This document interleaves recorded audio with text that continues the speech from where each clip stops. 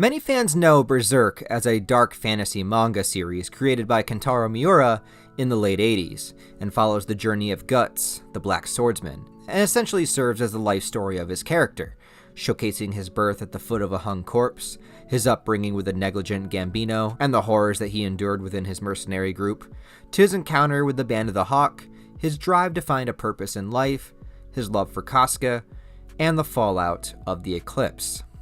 Yes, Guts certainly has been through a lot, and I don't want to take away from that.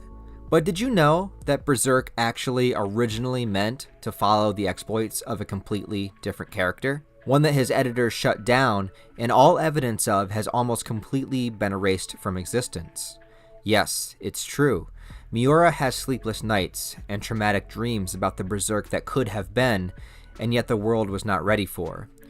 One can only imagine the torment that Miura faces, and being forced to tell his story through the eyes of another character other than what was intended, and the depression that probably brings to him on a daily basis, the sleepless nights, the heavy drinking, and the pain that has turned to numbness. No woman being able to satisfy the emptiness that he feels inside from living a lie for the past 30 years. For the truth is that Berserk was originally all about Zondark. The hero we didn't get, but the one that we deserved. If you don't remember, Zondark first appeared in Chapter 0C, which is technically the third chapter, right towards the beginning of the Black Swordsman arc. Guts arrived in a town that was overseen by the Count, an apostle whom Guts would soon face down in an epic battle to the death, and Zondark, working for him, approached Guts in full armor, including a really fucking sick-ass metal mask, yeah, and he fearlessly challenged the Black Swordsman to a duel. Considering Guts just cut his way through several men, and the fact that anyone who would even dare approach him and challenge him to a fight takes about the biggest balls you will ever see. And unfortunately we couldn't see them because they are also encased in a protective armor. During the battle, Guts gets in one lucky shot, shattering Zondark's mask, making it difficult for him to see. But since Zondark didn't admit defeat, Guts technically did not win this fight. Guts instead dropped some smoke bombs and ran away like a little bitch, leaving Zondark humiliated. But his humiliation did not begin here. The tale of Zondark is not for the faint of heart, and in fact he has a dark history that makes the eclipse look like cotton candy in comparison. And for the first time ever, here as an exclusive on the channel, I am going to tell you what happened to Zondark before his battle with Guts took place. It is a tale as old as time, and from the beginning of the Big Bang that was emitted from Schnozz's nostrils, and infiltrating the very dreams of Kentaro Miura himself, he was meant to tell the truth about Zondark's story, about Zondark the Unbeatable. See, Zondark was actually born into a noble family. He grew up in luxury, but like Batman, his parents were murdered in an alleyway when he was just a boy, and this is what motivated him to begin his combat training. He didn't want to be a protected noble, he wanted to be on the front lines fighting side by side with the other brave men that would lay down their lives for their nation. Zondark wanted to feel the honor that precedes a glorious battle, but also to ultimately bring hope and glory to those around him, so nobody would ever have to feel the pain that he once felt. After several years in military service, and after being knighted and hailed for all of his might, Zondark chose not to take an official position, and instead to travel the world in search of all the truth and knowledge that the world had to offer. He hiked the Midland Mountains, finding a village of monks, from which he would learn the mastery of oneself and meditation that made him much wiser. He explored the Kushan caverns, learning their strange customs and making peace with them, ignoring any kind of racial or territorial differences, and together they established the first Thanksgiving.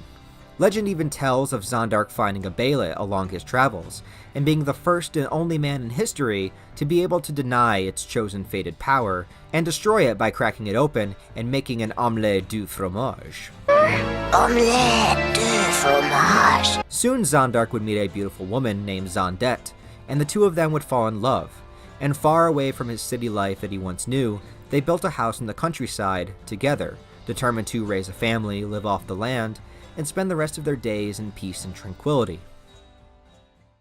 However, one day when Zondark was returning home from a perilous trek through the mountains to gather food and herbs, a trek that would have killed any other man in the dangers of the forest, but Zondark is no other man. When he returned home, approaching his hut, he heard the sounds of what he thought was Zondet in trouble. She was screaming. He ran to the cabin and opened the door, only to find Zondet there, getting absolutely railed by none other than Chad Thundercock. Yes, the legend of Chad Thundercock was one that Zondark knew all too well. Believing it to be just a rumor was the kind of naive blunder that Zondark told himself that he would never make. But then again, love will make one blind. You know what they say, love is blind. Zondark flew into a rage, but Zondet jumped in front of Chad in order to shield him. She scolded Zondark for never taking out the trash, and how she didn't feel fulfilled anymore, that she felt out of love a long time ago. And of course, this was the first time that Zondark ever became aware of this. It wasn't long before Zondet decided to move away with Dr. Thundercock, because, after all, he owned a boat. She took the kids with her, and both the young boy and girl grew closer to Chad than they ever had with Zondark. Zondark was now alone in the cabin that he had painstakingly built by himself for his family, a family that was no more. From there, Zondark went through the usual grieving process. He ran into the woods and punched a bunch of bears, and then he drank himself to sleep every night. At least, on an occasion or two, he thought about jumping off a cliff. However, it was then that Zondark realized he had an entire nation that he could go back to. He was a noble, after all. There was something waiting for him. And so he packed up his bags and left once more to return to where he came from, only to find out, upon his return, that his noble family had all but been destroyed and erased from history.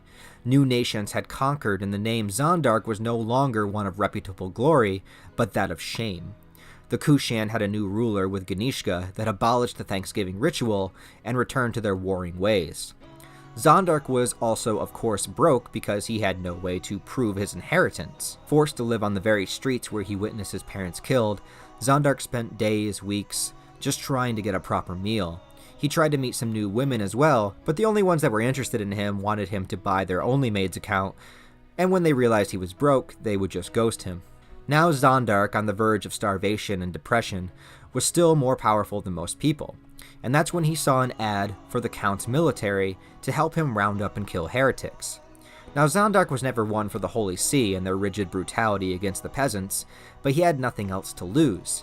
He was hoping that maybe he could at least show his children that he could find and hold down a job, maybe provide for them in some way. So Zondark was fitted for the armor and handed a gigantic battle axe that was said could never be wielded. And of course he did it with ease. And it was much more difficult to maneuver in combat than the Dragon Slayer was, proving once again that Zondark was superior to Guts in many ways.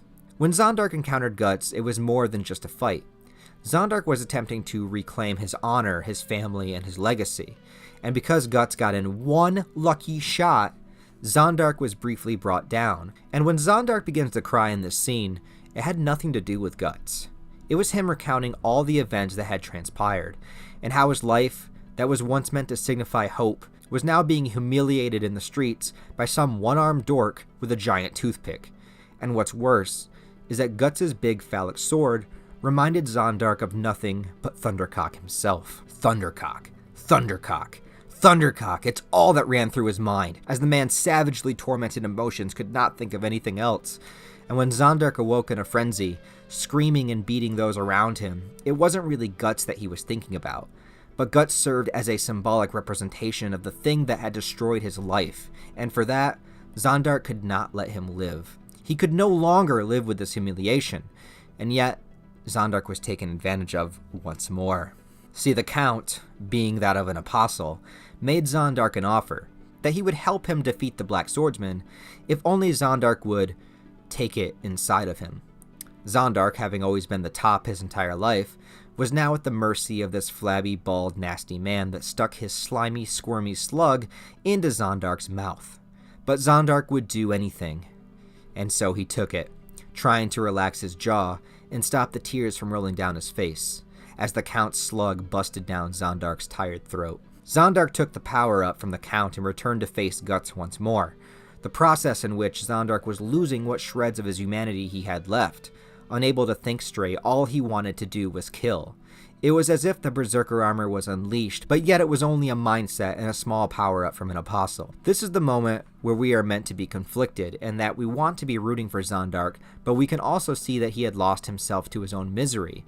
The Count interrupting their battle so that he could speak through Zondark was just another insult to the once great warrior. During the final confrontation of Guts and Zondark's pseudo-apostle body, What a lot of readers never noticed, but Miura was still able to add in under the nose of his editors, is that Zondark momentarily regained control of his body that the Count was using like a puppet.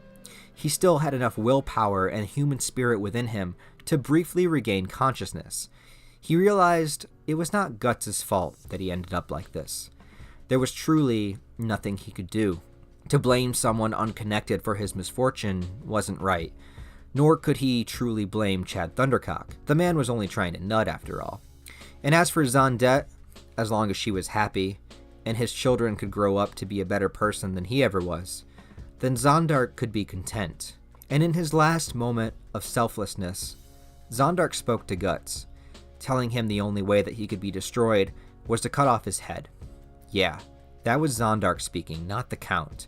And Guts did just that, giving an unceremonious end to Zondark by slicing off his head and then smashing it into a concrete wall. And in Zondark's last moments, he thought about his entire life, and he actually breathed a sigh of relief. It could finally come to an end, and at least he helped Guts momentarily in his battle against the Apostles. I love you, Zondet, he thought. Zonkari and Zonbur, his children, please remember me fondly. Daddy will always love you, no matter what. And this was the original manuscript Miura presented to the publishers. But upon reading it and deciding it was too dark, they pointed at the Black Swordsman character and told Miura to make the story about this guy instead. And so Miura complied. And since Zondark's arc was mapped out from beginning to end, Miura had no idea where to take the Guts character. So he made up everything on the spot. The Demon Child, the backstory, the Eclipse, Elfhelm. It was all pulled right out of his ass as he tries desperately to figure out where the story is going and how to end it. And 30 years later, he is still unable to do that. All for the simple fact that this isn't even the story that he wanted to tell, and that the true history of Berserk's intended protagonist, Zondark, would never be told. Until now. For you see, Schnoz has shared the same vision with me, and I wanted you all to know the truth. Please do not forget these words. Zondark will return one day. When it all comes down to the wire, when there is no more room for Guts to progress, Zondark will be there. For him, for the fight against injustice, and for all of us.